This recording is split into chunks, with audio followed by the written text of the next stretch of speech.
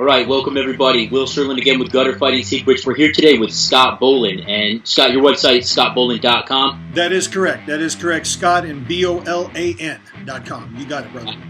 Awesome. So, Scott, I appreciate you taking the time sitting down with us. Now, just for a little bit of background for everybody out there, Scott talks a lot about a term that I like to say that I've coined is reality-based self-preservation for the modern world. And when I say self-preservation for the modern world, Scott, basically what I'm saying is a lot of the times we see in today's society, civilized society, that it's not going to come down to hand-to-hand combatives. Although I know that you talk a lot about reality-based hand-to-hand combatives, but what you also talk a lot about is defusing a situation with verbal skills and also like getting people to basically do what you want them to through verbal communication skills, if I'm correct. Absolutely. We have mental warfare. We have verbal warfare, if you want to call it that. But yeah, we certainly would try to obviously violence should always be avoided whenever possible. But if we can avoid it, then we try to de-escalate. We try to use our body language, our verbal communication to de-escalate the situation. And of course, and in the last resort, when attacked and we need to effectively defend ourselves, whether that be with a hand, a stick, a knife, or a gun, just depending on the threat that we're faced with. And I know you talked a lot about different ways of physically defending yourself. You talk about with the gun, you talk about how to do it with a knife and with a stick, and then, of course, your bread and butter, which is hands versus hands and whatnot. But I actually found your mental warfare course, I don't know, maybe 2005, somewhere around then, and it's one of those things that came to me when I needed it most. And I was looking in the back of a black belt magazine, and I think that's where I found mental warfare. I saw it, and I said, that looks pretty cool. Let me try it out. So I ordered the course, I took the course, and I just kind of like took it again and again and again. I could not stop listening to it. It was full of really great stuff. Thank you, the concept there, just for everyone else, is like we were saying, not only defusing a situation, but realizing that in today's society, mostly what we're going to be involved in is verbal conflict, and how to fight without fighting, to bring it to like a Sun Tzu type of thing. And I believe you're a big JKD Jeet Kune Do guy, and I think it was Bruce Lee that said maybe he was coining off Sun Tzu. But the best way, or the most masterful way to win a fight is without fighting at all. That is correct. Yeah, that is absolutely correct. The best fight is the one that you never have. And one of the statements that I have in Mental Warfare Secrets, and I've had people come up to me at airports and even a gas station in a rural city. One guy comes up and he says, "Hey, are you Scott Bolan?" And I'm like, "Yeah." He says, "Dude, what you said in Mental Warfare changed my life, and that is this. Your emotional response transfers control to your attacker." And I've even shortened that term to just your emotional response transfers control. So we need to retain an objectivity. The samurai call that mushin. And that means mind, no mind. It means being aware, but not emotionally attached so that you can remain tactically objective. So when we don't get caught up in our emotions and we're able to remain objective and tactical, then we can often de-escalate a situation energetically or verbally. That emotional control is huge. Even if it comes down to a physical altercation, having that emotional control is to your extreme advantage. I've seen that time and time again, doing MMA over the past couple of years, and then before that, the other things. But really through MMA is the guy who wants it the most is usually almost like the least likely to win. Someone who, they're so caught up in the moment and they need it. It's the guy who just kind of like goes in there and is operating off instinct and doesn't care that it's going to win the fight. So I think that's brilliant when you say, about transferring emotional control and really kind of staying in that, the mushin, the centered type of deal. Yes. Yeah, and we get that through practice in daily life. Think about it. If you have a date, you knock on her door, and the moment she opens the door, you go, "Kiss me." No, you don't, because, right? What she's going to do is you're going to go, "What?" Right? So you wait until there's rapport. You wait until there is a certain energetic connection. And the same thing in any altercation or in daily life, if we retain an emotional detachment and an objectivity, we begin to be able to navigate our way a lot better, and especially in the ring. Because in the ring, the emotions are high, the adrenaline is high, and often people will lose their energy like in the first 30 seconds. Yeah. So I teach a lot of my fighters how to retain that, how to keep it actually playful and fun, and actually step into the ring having already won. and that's huge, is, thinking about it and bringing it like that is, once you've won in the mind, you've, again, like you're saying, you've already won. And that's easier said than done, of course, but I guess that is how it's done. Now, something I wanted to ask you is you use a lot of these terms, Zanshin, Mushin, other terms out there, the old Japanese samurai terms. Now, have you studied these ancient texts quite extensively, or how do you know these things? Yes, all from the age of 8, when I stepped into an old school dojo. The guy could hardly speak English. He was a Japanese guy with cauliflower knuckles, cauliflower ears, and that was back in the day before you saw a lot of that. You could tap his knuckles and it'd sound like you were tapping granite. And that, to me, I was just inspired by the whole thing, by the culture, by everything. So I studied everything I could get my hands on. So all of my life I've studied samurai, shinobi, just everything I could get my hands on in the mental area as well, because I realize many of us can go our whole lives without being physically attacked. But we are attacked every day mentally, through the media, through people who we think are our friends or our family. We're attacked constantly, energetically.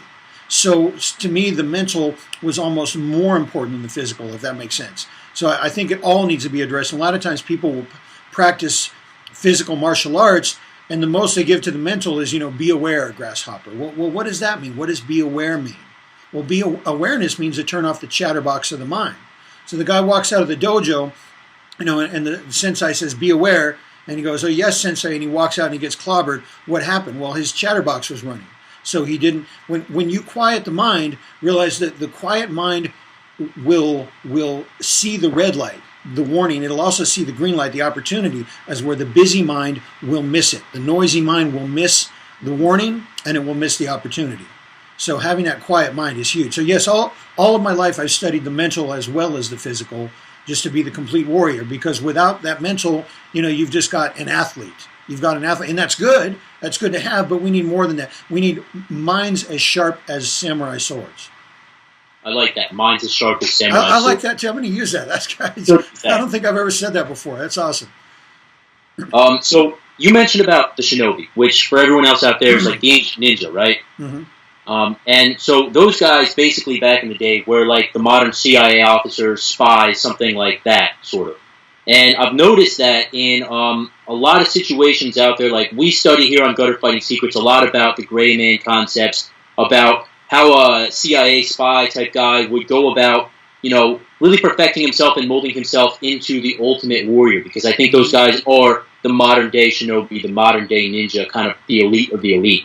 Right. And now, when we look at these guys and how they train, and again, the ancient ninja, how they train, it a lot of the times is 90% mental and maybe 10% physical, because like you were saying, the physical aspect is the last-ditch effort to save your life.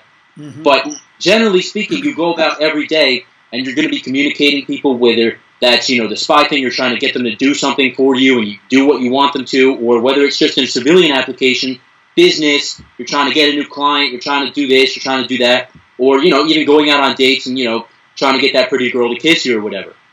That really is what life is about. So I think it's brilliant that you bring it to that aspect as far as mental warfare. I know you've got a lot of other courses about NLP and whatever, neuro-linguistic programming for guys out there.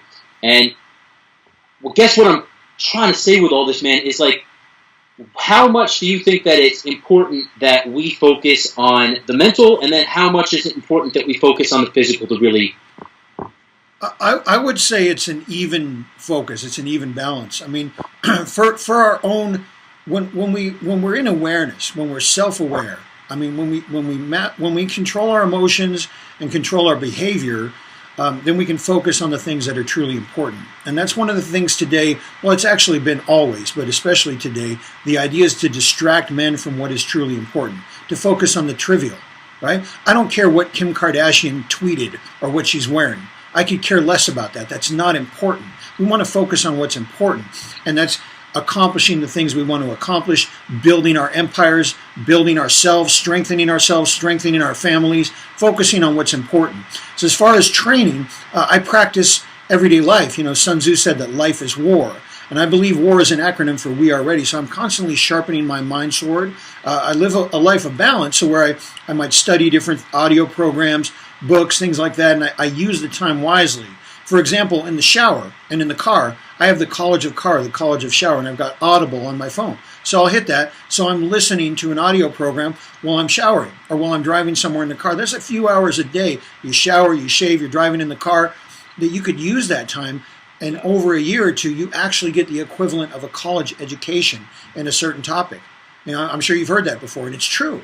And the same thing with the physical training. I hit the gym, I lift weights, I practice martial arts, I do all these things, and it doesn't become a labor. It's actually a joy. It's actually fun. And I'll tell you, to live strong is way more fun. When you're physically and mentally strong, you get more of what you want. Your energy is such that you actually attract more of what you want. So it's just a funner way to live. So I would say they're equally important. Don't neglect your mental training.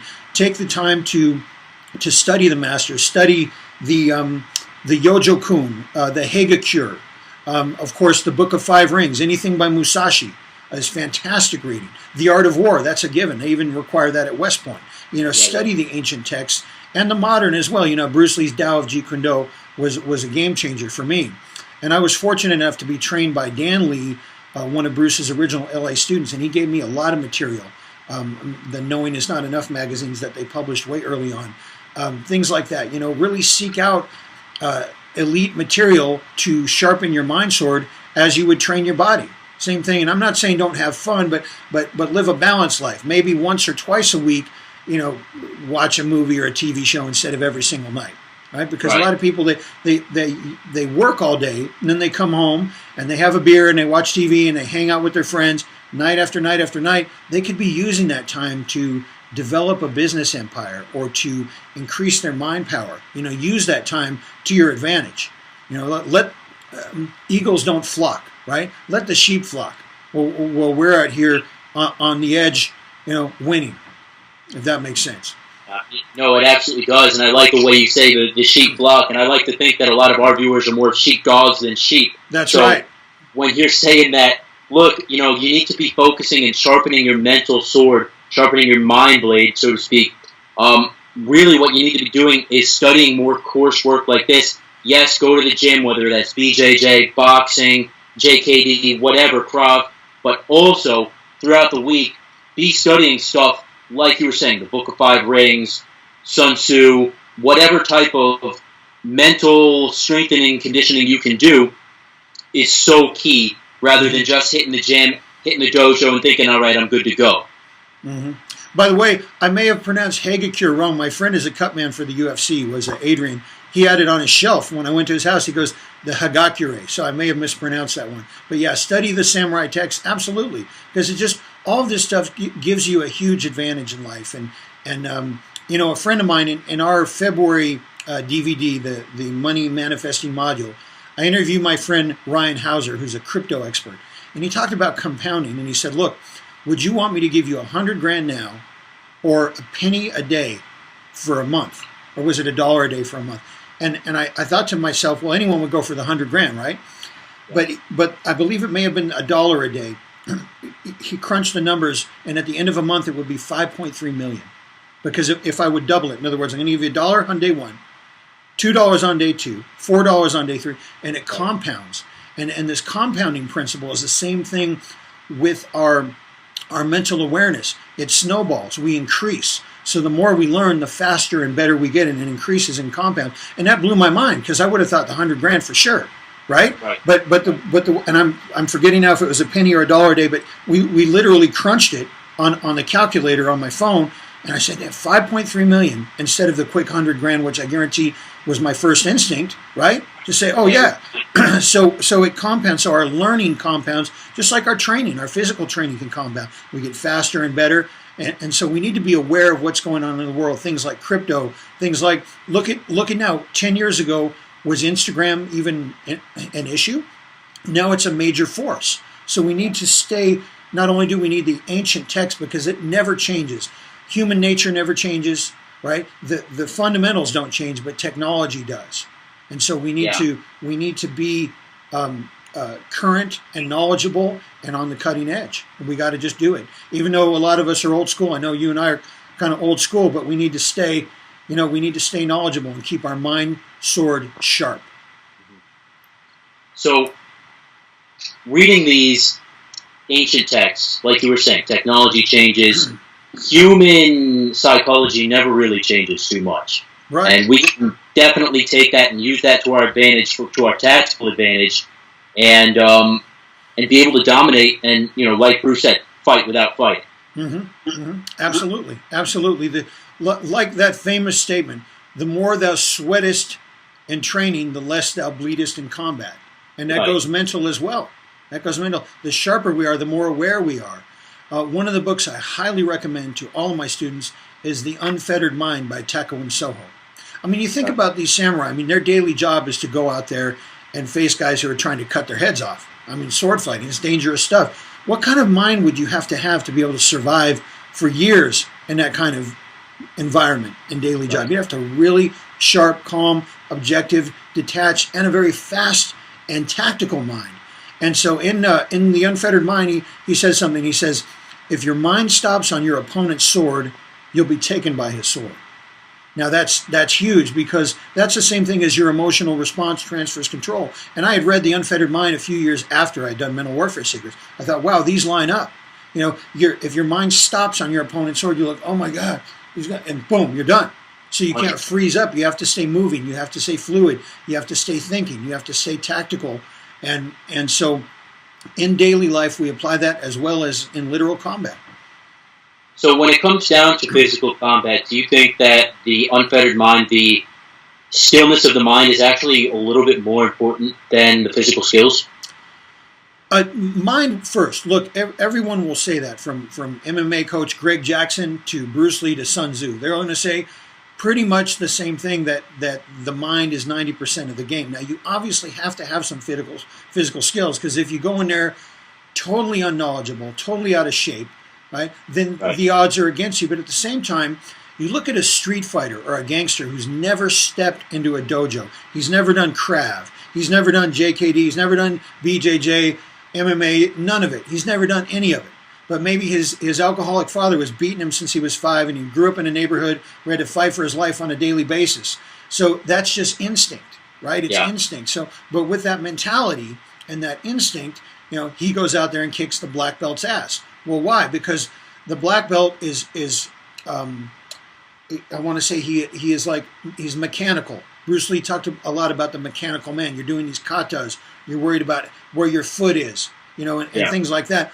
Once it's on, all that stuff goes out the window, right? Yeah. Was it Mike Tyson who said, all your plans are out the window when you get punched in the face, right? So really you have to have that, what I call that killer instinct, that instinct to aggress, to do whatever it takes to stop your attacker, to stop them, and to prevail. And that's the killer instinct, the warrior spirit. Having that survival instinct, that spirit, that's the number one thing. And then the physical comes afterwards. And of course we need that too. And the more you train that, the more you strengthen your spirit. The more you sweat in combat, the less you bleed in battle. Absolutely. So that actually can strengthen your spirit through the physical training, through meditation, through reading, through education, watching programs like yours, like we're doing now. That brings that awareness. And I couldn't agree more, man, and I say this again and again when I'm talking to people about combatives and training combatives, is you need to train it in the right mindset. And you can't be just, like you were saying, the mechanical thing, going through it. Even when you're hitting a heavy bag, you can't just be, you have to really amp yourself up in the mind. And while you're hitting that heavy bag, kill, oh, get you, I'll kill you. And that type of thing. That way, once you get into actual combat, it's going to be confusing, it's going to be frightening, you're going to be just not even there really emotionally. And you need to be at that point where you're just reacting, not even so much reacting, but you need to be proacting, I guess you could say, and aggressing on your enemy and really just taking him out of the fight and doing it as quickly as you possibly can. Correct. Yeah. Your defense is a counterattack, because I want to address two things. One, what you're talking about is intention. And Joe Weider, the godfather of bodybuilding. By the way, I recommend a movie, Will. It's about him. We just found it. It's called Bigger. And it's Joe Weider's story. And he's a huge influence on me. He published Flex Magazine, and he started the IFBB, the International Federation of Bodybuilders. Joe Weider was a huge I used to read his interviews and his articles, and I'm into bodybuilding. He would say mind in the muscle. So when you get someone out there who's, say they're lifting, they're doing curls, and I see them, they're just throwing the weight. and their shoulders in it, and they're just throwing it. No, no, no. Slow it down and put your mind in the muscle. I'm going for the bicep, and I'll stop at the top and at the bottom. I'll pause so I can really focus on the muscle I'm trying to build. Likewise, when you're punching the bag, you don't want to just be throwing it. You want to be in tension. So you're putting and you're actually visualizing an opponent.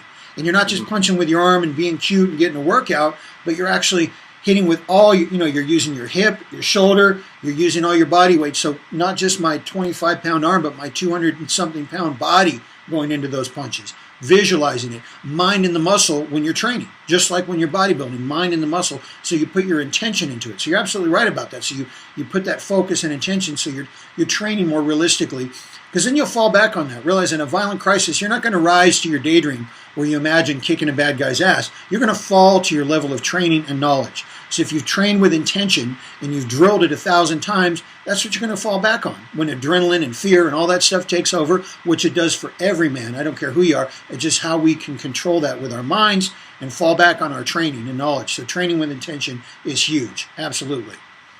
And I think also to go off what you're saying there as far as you'll fall back on the level of training, I'm going to take it one step further, and I heard this, I don't remember from where or who, otherwise I would definitely credit them, but you're going to fall back on the level of training that you've mastered. Because, when it comes down to it, you put these things in your muscle memory, but again, bring it to the psychological aspect of it. Once that adrenaline starts going, you're not even really going to be necessarily thinking about, or even your physiology, your nervous system isn't going to necessarily react the right way. Mm-hmm. But if you've been able to, let's say, for instance, cover up and then return fire after that with a couple of 1-2-1-2s, and you've done that, time and time and time and time, it's not even going to be like once that fight or flight takes over, it's going to be so automatic that you've mastered that level of training. You just go ahead and do it. You don't think about it, and your body doesn't even think about it. Mm-hmm. It's a level mastered. Now, that's right. You were talking about, Scott, bodybuilding, which I love bodybuilding as well. I haven't been into it in the past year or so because I'm trying to focus more on the martial arts. And this is something that I talk with a lot of martial artists about, and I kind of go back and forth. Now, you see in like the old Arnold Schwarzenegger movies and stuff, Commando and whatnot, these, you see him running around the jungle and he's like freaking 350 pounds, ripped to shreds. But in reality of it, you really, number one, there's no freaking bench presses in the jungle. There's no freaking, weights in the jungle to lift and stay in that good a shape. I think that's kind of almost a fallacy. And number two, I found for me in martial arts, strength is key, but also nimbleness and mobility is also key. Speed, how do you take that and maintain a solid balance between the two? Well, you certainly want to practice fluidity and mobility as well. For the guys we're talking about are more like the guys in the Mr. Olympia, Phil Heath and these guys. They are so friggin' huge. I mean, they're so huge that they're not going to be able to move super fast. A lot of that is like water muscle. And by the way, I really admire those guys. No disrespect to them at all. They're badass. But as far as when you see martial artists, they're often much more thinner and wiry, almost like tiger-like, right? As opposed to being a rhino. And some MMA fighters I met are just skinny and you wouldn't even know. Like, for example, my friend Adrian Rosenbusch, the former cut man of the UFC, he's just a short guy, a slender guy, looks like, anybody on just normal, doesn't even look athletic. But this guy will tie you up like a pretzel, okay? Even me, and I'm much bigger and heavier than him. He'll just wrap me up quick because he just has that. So I think both is important. I mean, I think muscle is important, absolutely, but you want to also definitely practice flexibility, mobility, and fluidity. So that's why I just don't lift weights only. I do the bags, I train martial arts, I do some wild running, like some hit running, and I stay very fluid and flexible so that I keep myself dynamic. Because you get static if you just do one thing. And that's, I noticed that when I was doing a lot of the weightlifting as well, is you get tight and you get kind of like bulky, I guess you could say, and it becomes a little more difficult to go ahead and be, like you were saying, that be able to tie someone up into a knot or whatever. But again, you see some of these fighters, and I'm not talking about the high level guys, because it's totally different. You can't compare yourself to those guys, no matter who you are. But I think really when it comes down to it, like we were discussing this whole interview, man, having that balance, having the strength to pick someone up, but also having the flexibility to go ahead and, roll on the ground or, reach and choke someone out like that as well, it is really key. So when you're saying about, that you do the HIIT training, the high intensity, training for cardio, you do the bag, you work on your flexibility as well. That sounds kind of like it's key to go ahead and start, all encompassing your training into one warriorship type of deal. Yeah, absolutely. And I even call my fighting system complete combat because, for example, BJJ, if you get a BJJ loyalist, they're going to say 9 out of 10 fights end up on the ground. Well, right. Guess what? I've been in 10. I think only 1 has ended up on the ground. So, there's experientialism and then there's style loyalty informing that. Or this is the gospel truth. Well, not necessarily so. We want to be conversant and comfortable, if you will, or familiar with every area. So we have hitting, kicking, hand-to-hand, kicking, trapping, which is grabbing, grappling, on the floor, weapons and mass attack, and then mental warfare. Those are all 7 zones of combat. And you need to be trained and knowledgeable in each one. Because if, for example, you get a gun guy, he's a concealed carry guy, his whole thing is just concealed carry, and that's it. Well, there are times when lethal force is not justified, but medium force, like boxing, might be. So if all he has is his gun and nothing else, and he doesn't know weapon retention, I'll take that gun very quickly. Very quickly. So you want to, the concealed carry guy, he needs weapon retention. So we want to be a complete warrior and be able to handle ourselves hand-to-hand with kicking, with trapping.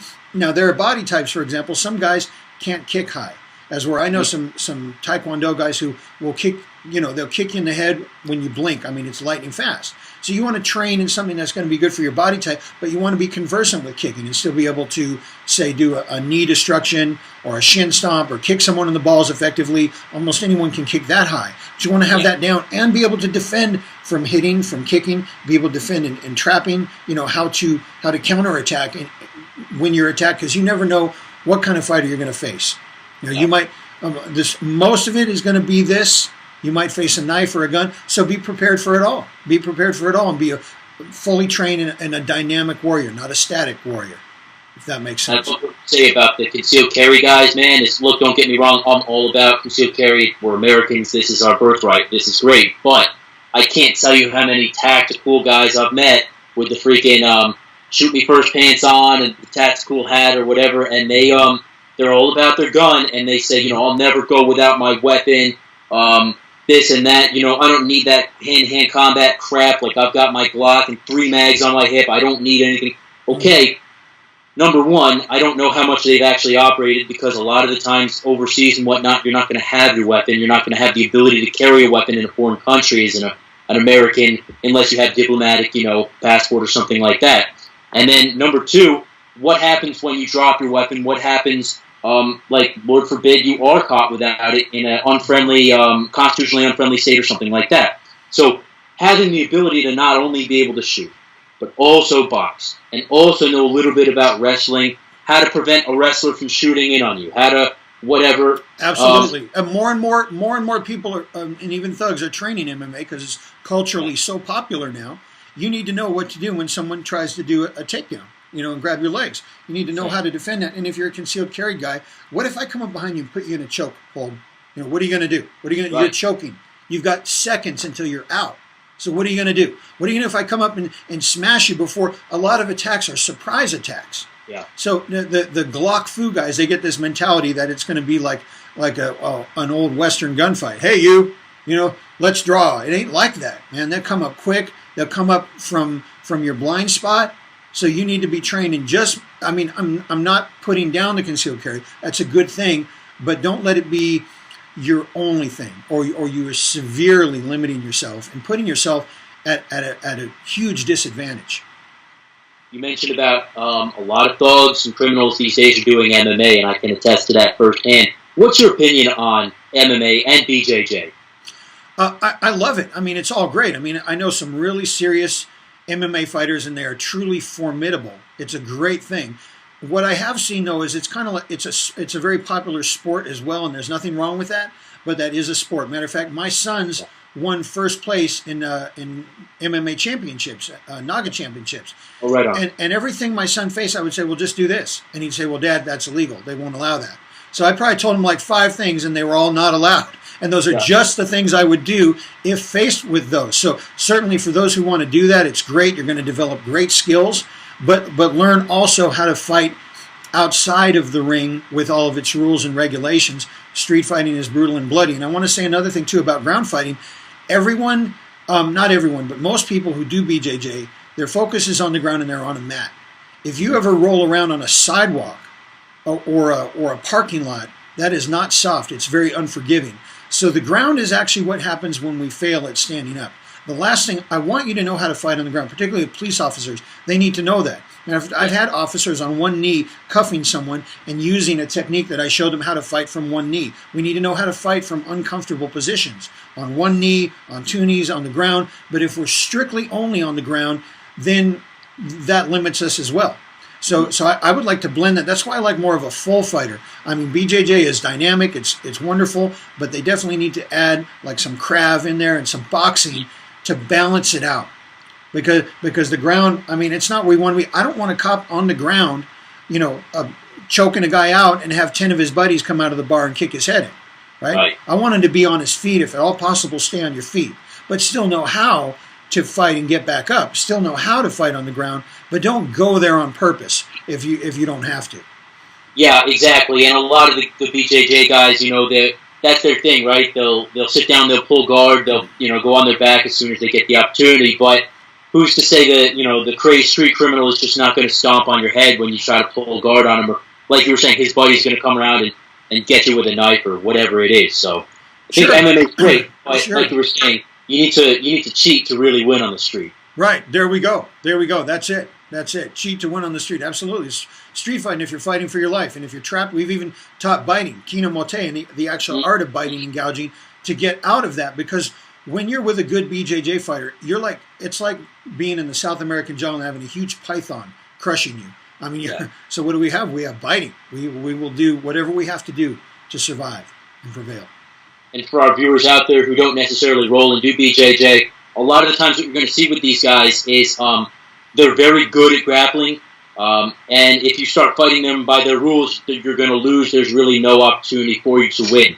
But that's if you do it with their rules. As soon as you really start touching their face, maybe coming close to their eye, maybe working their nose a little bit, they're going to freak out. That's a lot of the times in a lot of jiu-jitsu schools just not allowed or frowned upon as unsportsmanly. So, to bring it to what Scott's saying, if you can start realizing that as soon as you start making them uncomfortable at their own game, whether that's going after the groin, eyes, nose, ears, that's going to be where they're probably going to start falling apart and getting uncomfortable. So, now, Scott, you were saying MMA, BJJ, you think it's great, and I think that's cool, man, because a lot of reality-based guys out there, excluding you and I, are going to try to talk trash about MMA, BJJ. Snicker, Yeah, because they're not versed in it, probably. Well, and it changed the martial arts world, if you will, because it is also a popular sport. And so, just like NASCAR, you have a lot of NASCAR fans who have their favorite driver, but they don't want to learn how to race a car, right? And so you have a lot of MMA fans who have their favorite fighter, but they don't want to learn how to fight. They're just there to cheer their hero on, which is cool, nothing wrong with that. But so it kind of took it in that direction, so it changed it, and the market began to change. So a lot of the teachers who taught, like I do, reality-based self-improvement, when you think about it, martial arts and studying self-defense is self-improvement. Even going to an MMA gym is self-improvement.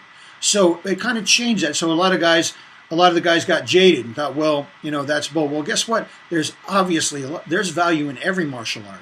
There's even lethal techniques inside of Tai Chi that people don't know about. I mean, you want to be well-rounded and diverse and realize that every martial art has something to offer. It comes down to if you have a good teacher. But you get style loyalists who say, this is the only thing that works. Well, guess what? You're going to meet the guy you can't take down. You're going to go for a double leg takedown, and you're going to be like grabbing a telephone pole, and it ain't going to go down, and you're going to go. Then all plans are out the window when you get punched in the face, right? So you're going to meet that guy. So you want to be a complete fighter who's fluid in every zone. Hitting, kicking, trapping, yes, grappling, weapons and mass attack, and mental warfare. You have all 7 of those covered, you're a complete fighter. And then your odds of prevailing are much higher. For guys out there, I couldn't honestly recommend Scott's stuff enough. The mental warfare aspect of this stuff is so key. I I mentioned about, I studied your mental warfare course, and I fell in love with the whole NLP aspect of things. I don't typically use NLP too much just because I don't train it enough, honestly. But and neuro-linguistic programming for people out there is basically the concept. Actually, Scott, you could probably explain what NLP is a little better than I could. Sure. Well, in essence, that means nerve language programming. So in NLP, we use things like anchoring, which we're doing every day. Maybe you get pumped up at the gym and you listen to a certain song, when you work out, or maybe your first girlfriend had a certain kind of perfume and you walk by a crowd and you smell that and you get those memories. That's an anchor. Those are anchors. So in NLP, we have things like anchoring. We have communication. So it's a way to gain rapport with ourselves and program ourselves. When you think about it, computers are programmed by programming language. And so are humans. We are programmed too. So we can program ourselves by design rather than by default. Rather than having society and pop culture and media program us, we can self-program ourselves to be the way we want to be, because it's already happening anyway. NLP is happening whether we know it or not, whether we like it or not. So since it's happening, we might as well learn how to do it deliberately to get the result we want. So that comes down to programming, self-programming, and then you learn to use that communication with others in an effective way, how to gain rapport, how to anchor, how to change your state so that you can change someone else's state. You can change your state like fire off an anchor. I have fighters who will fire off an anchor before they go into a ring, before someone steps into the boardroom for a negotiation. They'll fire off an anchor to have the deliberate state that they want. And that's another thing, too, in NLP we call segment intending, where when we have a unit of time, say a business meeting or a date, well, what are your intentions for that segment of time? That's called segment intending. When we go in and we're anchored and we're in the right state and we keep our intention in mind, then we're much more likely to get the result that we want. And that's just a little, 30-second NLP overview there. And it's almost like, I don't know if you've seen the movie The Matrix, where they're able to kind of download skills directly into someone's head, and the guy learns and he goes, now I know Kung Fu, and he's an expert fighter. NLP really is a little bit like that. You can download into your subconscious, pretty amazing stuff and be able to accomplish some pretty amazing stuff. Absolutely. Absolutely. How much do you think that modern ninjas, spies, whatever you want to call it, actually study that stuff? Oh, I believe they all do. I think presidents have hired Tony Robbins. I mean, Tony Robbins is an NLP guy, and they all study this kind of stuff. Absolutely. Remember, even that movie, was it Men Who Stare at Goats or something like that? Remember that one?